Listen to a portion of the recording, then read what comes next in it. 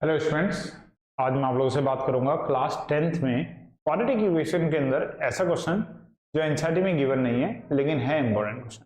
Last video में भी मैंने आप लोगों से इसी टाइप का एक क्वेश्चन की बात करी थी। वो क्वेश्चन था 1 में a plus B plus X equal to 1 a plus 1 b plus 1 x। ये ट्रिकी क्वेश्चन था। इसमें आपको एक ट्रिक लगानी थी। अगर ट्रिक लगाते हैं तो इस क्वेश्चन का सोल्यूशन निकलता है, नहीं तो नहीं निकलता है।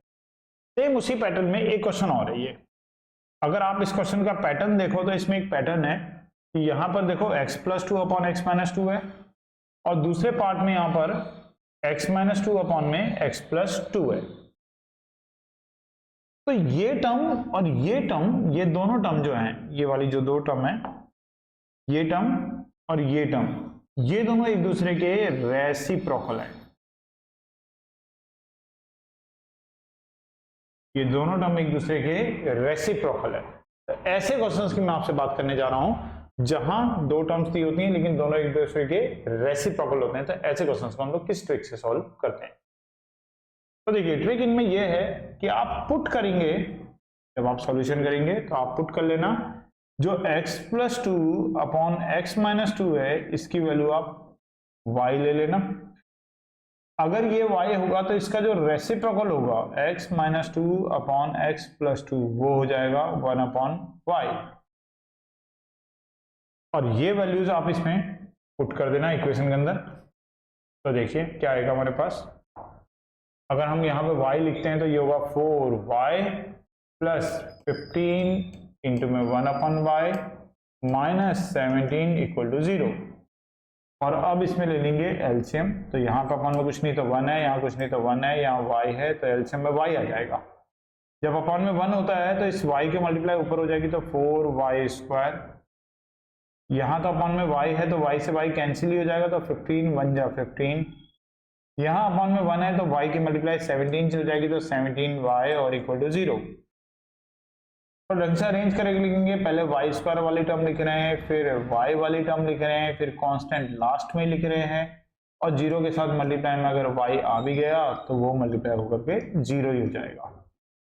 इस तरीके से हमारी जो क्वाड्रेटिक इक्वेशन तैयार हुई वो कुछ इस तरीके से तैयार हो गई कि 4y square minus 17y plus 15 equal to 0। और अब हम यहाँ से स्प्लिटिंग करके y की वैल्यू निकालेंगे। फिर जब y की वैल्यू हमारे पास आ जाएगी तो फिर उस हम लोग को फाइनली x की वैल्यू फाइंड आउट करनी होगी। चलो कैसे करेंगे देखो। 15 4 जा 60, दो नंबर ऐसे हमें कंसिडर करने हैं जिनको मल्टीप्लाई करके तो 60 आए और प्लस करके 17। तो 12 और 5 ऐसे नंबर होते हैं। तो 12 और 5 अगर हमें पेयर मिल गए, दोनों को प्लस करके 17 आ रहा है तो minus 12 by minus 5 by plus 15 equal to 0। अब दो के पेयर बनाते हैं, उसमें से कॉमन लेते हैं तो 4y कॉमन आएगा, बचेगा y माइनस 3। इसमें से माइनस का 5 कॉमन आएगा, बचेगा y minus 3 equal to 0। y minus 3 फिर से कॉमन आएगा, बचेगा 4y माइनस 5 इक्वल टू 0। अब एक बार y माइनस 3 को 0 के इक्वल करेंगे और एक बार 4y माइनस 5 को 0 के इक्वल। यहां से y की वैल्यू जाएगी 3, यहां से 4y इक्वल टू 5, तो y की वैल्यू हो जाएगी 5 ऑन में 4। लेकिन ये हमारा आंसर नहीं है, ये तो अभी y की वैल्यू आई है, हमें तो x निकालना है। चलिए सबसे पहले वैल्यू आई है, जैसे y इक्वल टू 3, दो हिस्सों में कर रहे हैं। पहले y इक्वल टू 3 ले रहे हैं तो और y की वैल्यू जो होती है हमारे पास x plus 2 upon x minus 2 है। x प्लस 2 अपॉन में x माइनस 2 हमने y की वैल्यू रिप्लेस करी जो हमने पुट करी थी थोड़ी देर पहले। क्रॉस मल्टीप्लाई कर रहे हैं तो x plus 2 equal to 3x minus 6। x वाले एक तरफ कर लो तो x minus 3x minus 6 minus 2, तो माइनस 2x इक्वल हो जाएगा माइनस 8। माइनस से माइनस कैंसिल और x की वैल्यू 4 आ जाएगी 2 से डिवाइड करने के बाद। सेकेंड वैल्यू लेते हैं, y की दूसरी जो वैल्यू हमने निकाली है वो 5 अपॉन 4 निकाली है। y की जगह पे वापस वैल्यू लिख देते हैं, x प्लस 2 अपॉन में x minus 2 equal to 5 upon 4। Same इसी तरीके से इसको भी सॉल्व करते हैं और एक x की वैल्यू यहां से भी आ जाएगी। क्रॉस मल्टीप्लाई करेंगे तो 4x प्लस 8, क्रॉस मल्टीप्लाई करेंगे तो 5x माइनस 10।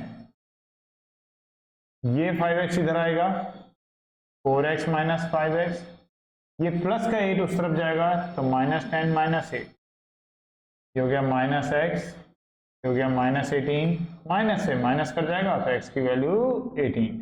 तो इस तरीके से हमारे पास x की दो वैल्यू हो गई, पहले वैल्यू आई है 4, दूसरी वैल्यू आई है 18 और ये दोनों हमारे आंसर होंगे। तो क्वेश्चन का पैटर्न याद रहेगा कि अगर दो टर्म्स हैं और उन दोनों में वो दोनों एक दूसरे की क्या दे रखे हैं, रेसिप्रोकल, तो ये हमारे इस क्वेश्चन का पैटर्न रहेगा। ये अगर ये दोनों टर्म एक दूसरे के रेसिप्रोकल हैं तो उन क्वेश्चंस को हम लोग इस तरीके से सॉल्व कर सकते हैं।